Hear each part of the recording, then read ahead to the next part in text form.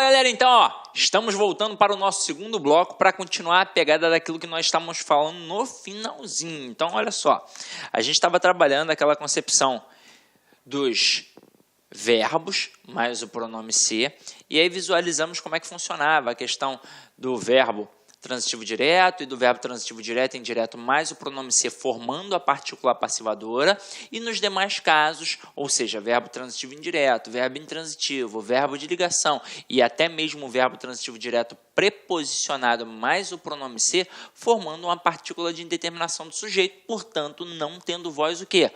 Passiva.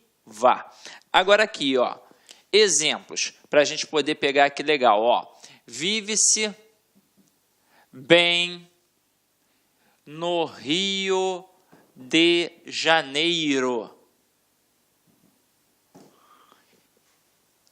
Avalia comigo. Primeira coisa, pensar no verbo. Quem vive simplesmente vive. Então, verbo intransitivo. Verbo intransitivo mais o pronome ser, eu tenho um PIS. Então, o sujeito é indeterminado. Obviamente, quem aparece depois não é sujeito. E aí, para tomar cuidado, você normalmente grava. Se tem preposição depois do ser, não tem voz passiva. E se não tiver preposição, a voz é passiva. Eu tenho certeza que você já gravou em algum momento da sua vida isso. Aí, tem preposição? Não tem, e a voz não é o quê? Não é passiva. Então, se liga só. Se o verbo é intransitivo, a gente já definiu que o sujeito é indeterminado, eu preciso classificar sintaticamente os termos que aparecem depois da estrutura verbal. Mas aí você já deve ter aprendido isso comigo em transitividade verbal. Se a gente tem elementos atrelados aos verbos intransitivos, eles meramente indicam circunstâncias. E aí, por isso, eles vão funcionar como adjuntos adverbiais. Bem, funciona como adjunto adverbial de modo, porque é como o cara vive, é o modo como ele vive, ou seja, ele vive bem. E no Rio de Janeiro será um adjunto adverbial de lugar, porque é a localidade em que ele vive. Tranquilo? Agora, mais um pouquinho aí a pegada. Eu coloco assim, comeu-se o bolo. O bolo foi comido. Então, verbo transitivo direto, mais pronome ser, particular passivadora. E o bolo, obviamente, é o quê? É um sujeito. E agora vem o creme de la creme. Comeu-se do bolo.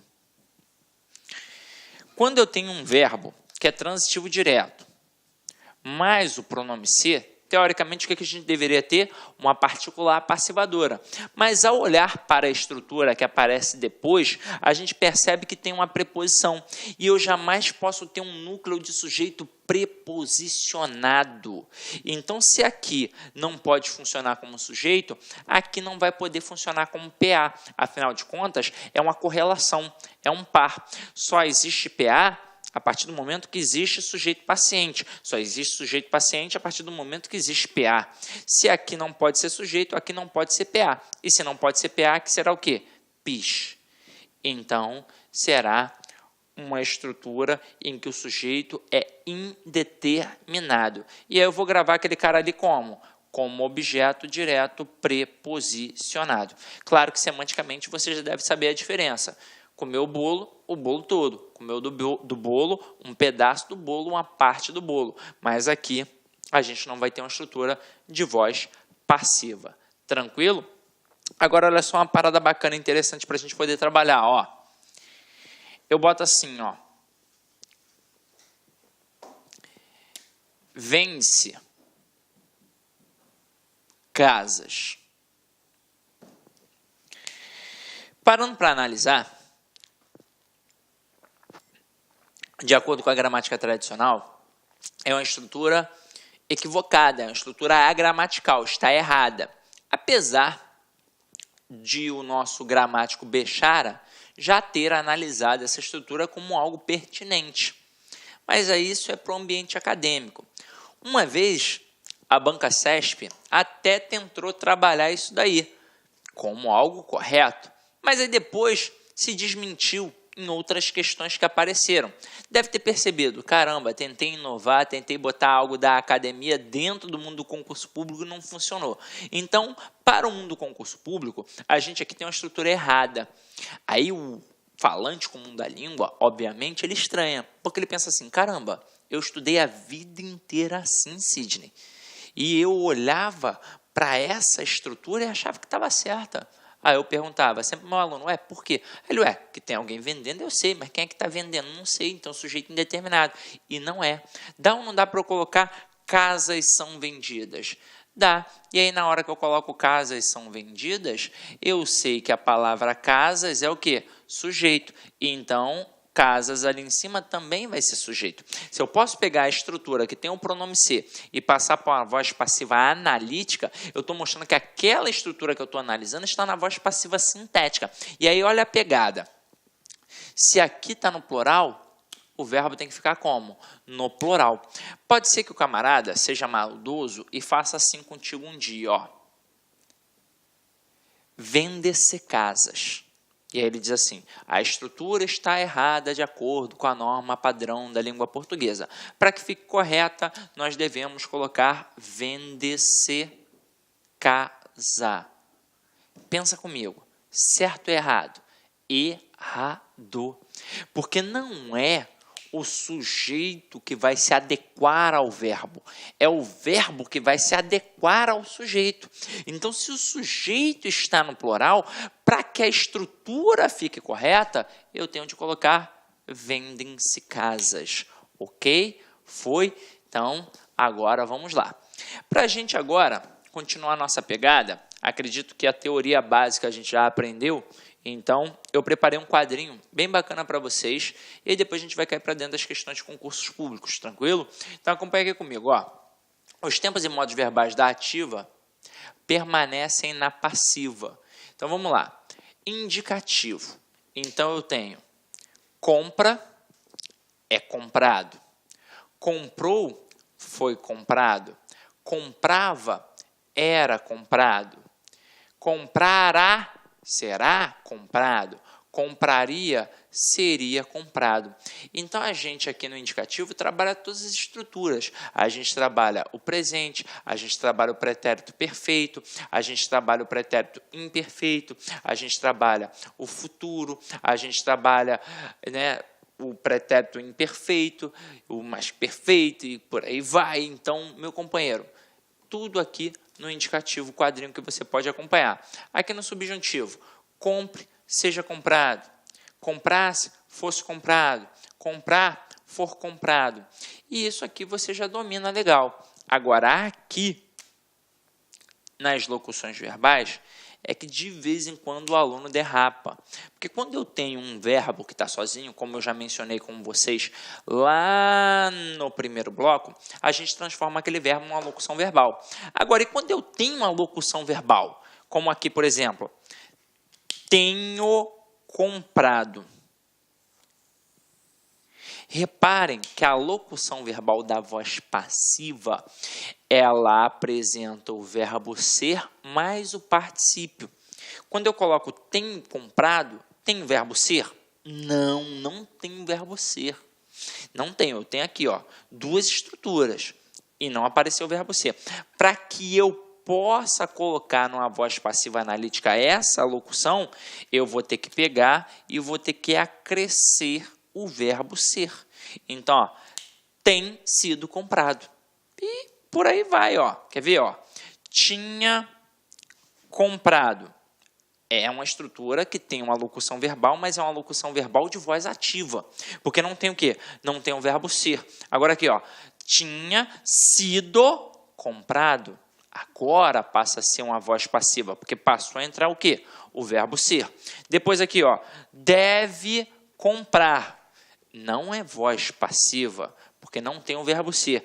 Para ficar como voz passiva, deve ser comprado.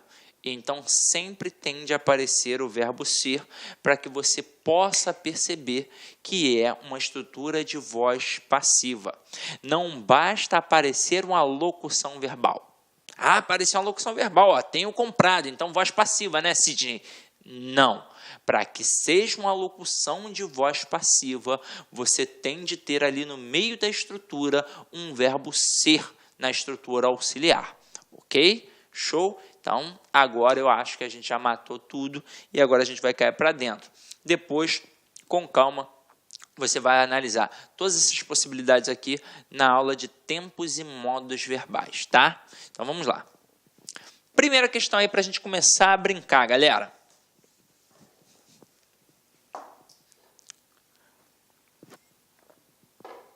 Ela nunca alcançava a musa. Transpondo-se a frase acima para a voz passiva, a forma verbal resultante será. Então, ele nem se preocupa com a passagem toda, ele só se preocupa com a estrutura verbal, que está relacionada aqui, ó, ao alcançava. E aí, gente, a gente mata fácil, porque na hora do cruzamento, eu só mexo no ela e só mexo na musa. Porque é o seguinte, o nunca é uma estrutura adverbial, um advérbio de negação. Então, é um adjunto adverbial de negação. Não vou mexer naquela estrutura. Eu mexo apenas no verbo, no sujeito e no objeto direto. Aqui eu tenho ela como sujeito e eu tenho a musa como objeto direto. Na hora que eu faço a passagem da ativa para a passiva, eu faço o cruzamento no objeto direto e no sujeito, não é? Então, eu vou colocar a musa, pontinho, pontinho, por ela.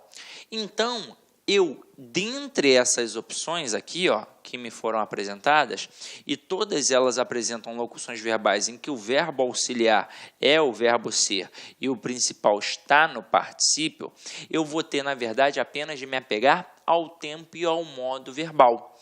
Ali, reparem que vem do verbo alcançar e apresenta o famoso vá.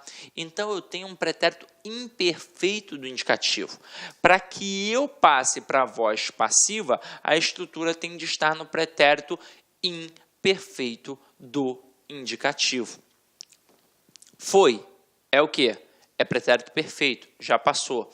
Fora é pretérito mais que perfeito. Seria é futuro do pretérito e era pretérito imperfeito do indicativo. Então, o nosso gabarito é a letra D. Caraca, sim, gente, tenho muita dificuldade nisso. Então, vamos lá. Você vai ver a aula de tempos e modos verbais, mas que para que não fique dependendo disso para poder entender essa questão agora, eu vou fazer um quadrinho com você aqui bacana. Eu com certeza já mencionei isso na aula de classes gramaticais e mencionei isso na aula de tempos e modos verbais. A estrutura que mais cai nas provas é o pretérito imperfeito do indicativo. E tem um motivo.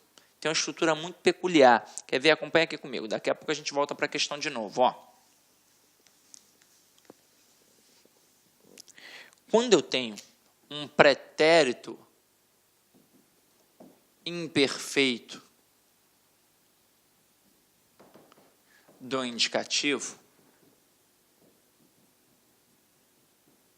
eu sei que é uma estrutura verbal no passado que indica um hábito rotineiro, uma continuidade.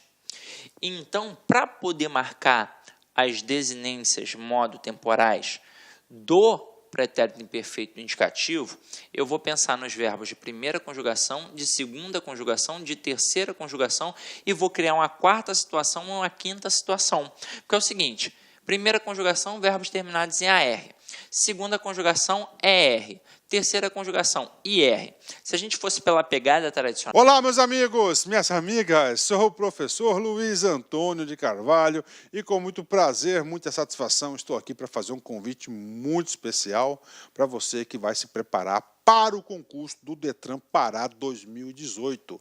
Meus amigos, minhas amigas, este concurso já foi autorizado, este concurso já tem a banca examinadora contratada. Mais cedo e mais tarde o edital vai ser publicado. Gente, lá no Pará eu conheço, lá no Pará todos os concursos são muito concorridos, são muito disputados. Então, aqueles alunos que estudam com antecedência, com planejamento e com foco são os alunos aí que terão aí as maiores chances de ser aprovado. E nós, claro, aqui da Lá Concurso, estamos fazendo um curso pré-edital super diferenciado. Essa já é a nossa segunda turma do concurso do Detran Pará 2018. Super atualizado, legislação de trânsito, o Estatuto do Servidor do Pará, detalhado, ponto a ponto do edital. Gente, 6 meses de acesso. Durante esse período vai ter direito a todas as atualizações. Se o edital for publicado nesse período, se Deus quiser, vai ser publicado, nós iremos ajustar o seu curso, tá? Sem nenhum acréscimo financeiro, ou seja, free, de graça, custo zero para a galera. Ok? Então, peço que vocês aí acessem nosso site, lacconcurso.com.br. Essa turma 2, ela está em promoção, ela é 10 parcelas de R$ 25,00 apenas, 6 meses de acesso, pode assistir quantas vezes quiser e na hora que desejar. Tudo bem, meus amigos? Um forte abraço, fique com Deus. Espero vocês. Tchau, tchau. Clique lá.